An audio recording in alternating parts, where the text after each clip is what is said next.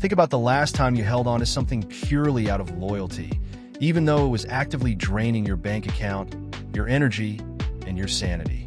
Maybe it's that 15-year-old car sitting in your driveway right now. The one that requires a new alternator every 6 months, smells faintly of burned oil, and rattles when you hit 50 on the highway. Or maybe it's a subscription you haven't used in 2 solid years, but you keep it active because you remember how much you loved it back in college. You justify the financial bleed because of your emotional attachment. You look at the constant drain on your life and tell yourself, but it has history. We all do this.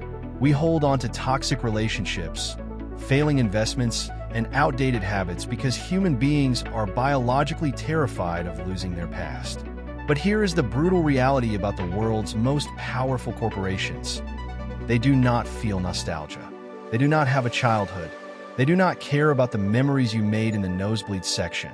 To a billion-dollar empire, history is just a marketing campaign, and loyalty is a liability to be liquidated. And nowhere is this psychological disconnect more aggressively weaponized than in the invisible, decades-long war between the WWE and the most famous arena on the planet, Madison Square Garden. For decades, Madison Square Garden wasn't just a venue for professional wrestling.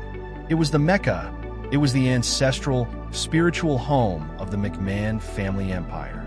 They ran the inaugural WrestleMania there in 1985. They returned for WrestleMania 10, and again for WrestleMania 20. If you were a fan, the Garden was hallowed ground. The unique entrance tunnel, the gritty lighting, the acoustics of the New York crowd. It was the beating heart of the industry.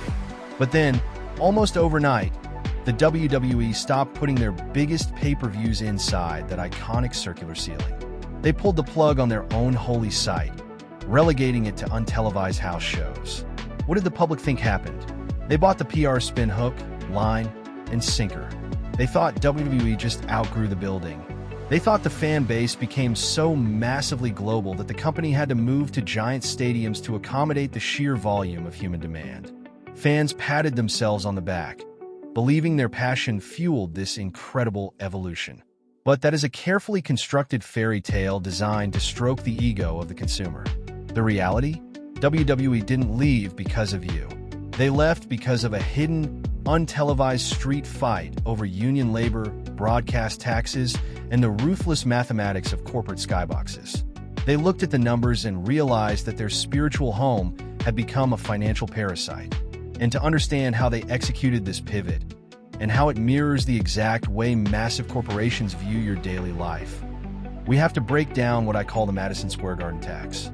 Now, listen carefully. I'm not a financial advisor, and I certainly don't sit in the boardroom.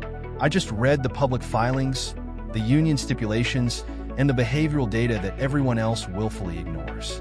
And when you see what is actually happening behind the curtain, you're going to realize how completely engineered our cultural memories really are. The empire you thought you knew is vastly colder, vastly smarter, and infinitely more inescapable than you ever imagined. Imagine you are throwing a massive, expensive block party in your own backyard. You own the house, you bought the catering, you invited the guests, and you even hired a premium DJ. But right before the party starts, a guy in a suit walks up to your driveway and says, "If you want to plug that microphone into the outlet, you have to hire my specific team of local electricians. And if you want to record a video of your own party on your own phone, you have to pay his camera crew triple time to stand next to you while you do it." That is essentially what happens the second you decide to broadcast a live television event out of Madison Square Garden. NYC union rules have a legendary, ironclad grip on the venue. If you want to show moving images on a screen to millions of people at home, you cannot just roll in with your own loyal, salaried camera guys. You are legally forced to hire a hyper-specific, localized union crew at astronomical premium rates. You have to open a Pandora's box of staffing regulations that bleed your profit margins dry before the first fan even walks through the turnstile. It is a massive toll booth installed directly inside your own living room. Now, why am I telling you this? Because it reveals a critical flaw in human psychology that businesses exploit every single day. As humans, we are evolutionarily wired to value the tribe and the homeland. We attribute deep, spiritual significance to geographic locations. It's why you feel a lump in your throat when you visit your childhood neighborhood, or why you get defensive when someone insults your hometown. We project a living soul onto concrete and steel. But a corporate entity operates on the evolutionary biology of a great white shark. If it stops moving forward, it suffocates and dies. There is a concept in behavioral economics known as the third-generation curse. The first generation builds the empire with ruthless pragmatism. The second generation expands it. But the third generation ruins it because they get emotionally attached to the traditions instead of the profit margins. The architects of WWE avoided this curse by looking at Madison Square Garden, the very building that birthed their national dominance, and mathematically calculating that the prestige was no longer worth the extortionate union broadcast tax. But they couldn't just step up to a microphone and tell you that. If they admitted they were abandoning their history over AV crew salaries, the fans would revolt. It would completely shatter the illusion of the magic. So, they deployed what geopolitical strategists call soft power. They masked their ruthless financial pivot behind a massive cultural spectacle. Think about how Marvel movies keep escalating the CGI threats to cosmic, universe-ending levels to distract you from the fact that the underlying plot is the exact same every time. WWE did the exact same thing. They pointed to the sky. They told the audience, "You guys are so amazing, so passionate, that a mere 18,000-seat arena can no longer contain the universe." They made the fans feel like they were the sole reason for the expansion. They transformed a cold, calculated boardroom retreat from a local union dispute into a triumphant victory march to megastadiums. So, who actually orchestrates a psychological maneuver like that? You have to look at the unseen architects of the modern live event ecosystem. For decades, the WWE corporate machine operated with a singular, terrifying philosophy. If you do not own the ecosystem, you are just a tenant waiting to be evicted. They realized that by bowing to the MSG tax, they were letting a landlord dictate their ceiling. To bypass this financial chokehold, they built a defensive moat made entirely of concrete, municipal subsidies, and corporate B2B sales. Listen carefully to this strategy, because it is the exact blueprint used by every major monopoly today, from Amazon to Disney. If you can't beat the toll booth, you don't fight the toll collector. You build a massive, private, high-speed highway right next to it, and you make sure you own all the exits. They started running their regular television tapings across the river at the Barclays Center in Brooklyn. It was newer, it was cheaper, it offered better logistical load-ins, and critically, it didn't have the same archaic union stranglehold. But for the mega events, the WrestleManias and the SummerSlams, they abandoned the arena model entirely and pivoted to taxpayer-funded NFL stadiums.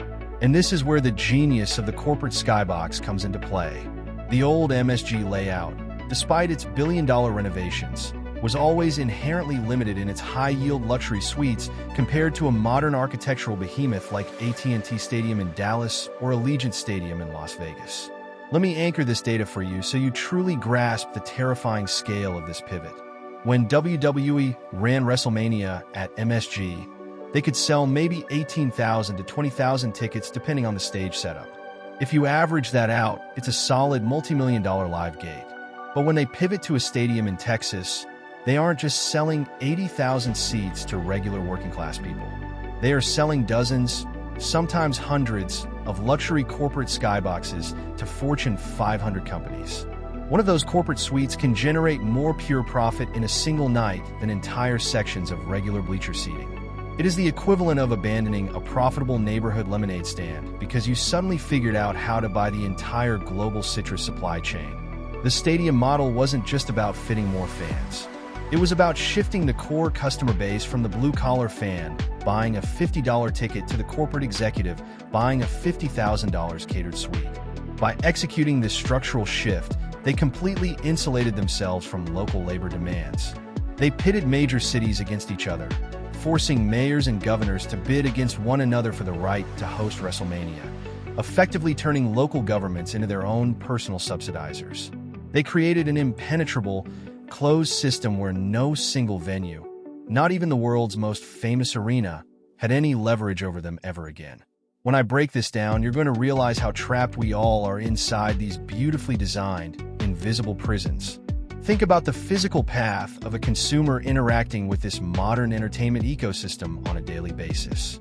You wake up, you check your phone, and you pay your monthly subscription fee to Peacock to watch the network. You scroll through social media and get targeted by a highly optimized algorithm to buy a ticket to a stadium show. You drive your car, pay $80 for stadium parking, walk through a neon-lit, heavily sponsored concourse, and sit in a plastic chair halfway up the upper deck. And while you were sitting there, wearing a vintage t-shirt you bought for $40, cheering for a brand you have loved since you were a kid sitting on your living room rug, you think you are part of a shared history. You think your voice matters. But every single element of your experience has been ruthlessly optimized to extract maximum revenue while bypassing local labor costs and maximizing corporate B2B skybox sales. Even Madison Square Garden itself has been reduced to a mere prop in this closed-loop system. Right now, in 2026, WWE is hosting watch parties at MSG for a WrestleMania that is physically taking place all the way in Saudi Arabia. Do you see the terrifying genius of that? They completely abandoned the building as a live broadcast center to avoid the union tax, but they still rent it out just to project the Saudi broadcast on a giant screen. They are charging fans to sit in the dark and watch a TV show in the very building where the actual wrestling used to happen. It is the ultimate corporate flex. The hyper-specific pain point you felt at the very beginning of this video, that quiet, nagging panic of holding onto a tradition that actively drains you, is exactly what they successfully purged from their business model. They took your nostalgia, sterilized it in a boardroom, packaged it into a subscription tier, and sold it right back to you at a premium. They proved that in the architecture of modern empires, the spiritual home is just a piece of real estate. And the moment the profit margin dips, the tradition is executed without hesitation. You're not participating in a legacy. You're not part of a historic community. You are simply inventory, happily paying for the privilege to sit inside a meticulously designed ecosystem that outgrew its need for your local history a long, long time ago.